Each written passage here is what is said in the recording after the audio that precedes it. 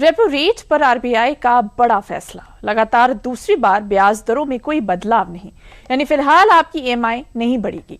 आम लोगों को इससे बड़ी राहत मिली है। देखिए report.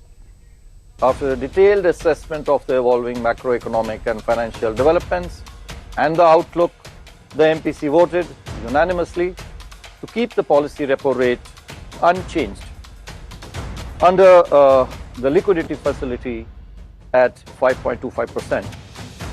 Consequently, the STF rate remains at 5% and the MSF rate and the bank rate at 5.5%. The MPC also decided to continue with the neutral stance.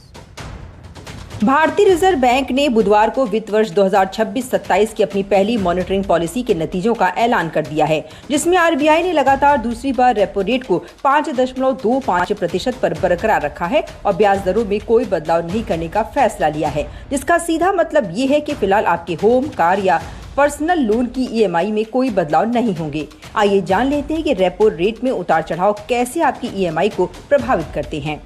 Repo rate वो दर होती है जिस पर आरबीआई बैंकों को कर्ज देती है। इसका उपयोग अर्थव्यवस्था में महंगाई को कंट्रोल करने के लिए भी किया जाता है। जब रेपो रेट बढ़ता है तो बैंकों के लिए लोन लेना महंगा हो जाता है, जिससे आम जनता के लिए होम लोन या ऑटो लोन की ईएमआई बढ़ जाती है। लेकिन आरबीआई ने रेपो रेट को 5.25% पर ही बरकरार रखा है। इसका मतलब ये है कि बैंक जिस दर पर आरबीआई से कर्ज लेते हैं उसमें अभी कोई बदलाव नहीं होगा। इसके साथ ही केंद्रीय बैंक ने अपनी पॉलिसी स्टांस को भी न्यूट्रल रखा है। सीधी भाषा में समझें तो आरबीआई अभी न तो तेजी से दरें घटाने के मूड में है और न ही बढ़ाने के। Real GDP growth for last year is estimated at 7.6%. This corroborates the underlying strong momentum in economic activity supported by robust consumption and investment.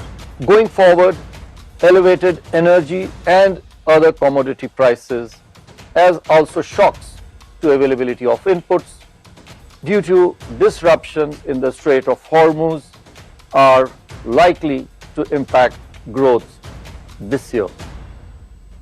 कुल मिलाकर आरबीआई ने रेपो रेट को 5.25% पर स्थिर रखकर साफ संकेत दे दिया है कि वो जल्दीबाजी में कोई बड़ा कदम नहीं उठाना चाहता। ऐसे में आम आदमी के लिए राहत की खबर है कि फिलहाल ईएमआई स्थिर है, लोन सस्ते और वित्तीय प्लानिंग आसान है। लेकिन आगे की राह पूरी तरह महंगाई और ग्लोबल हालात पर निर्भर करेगी।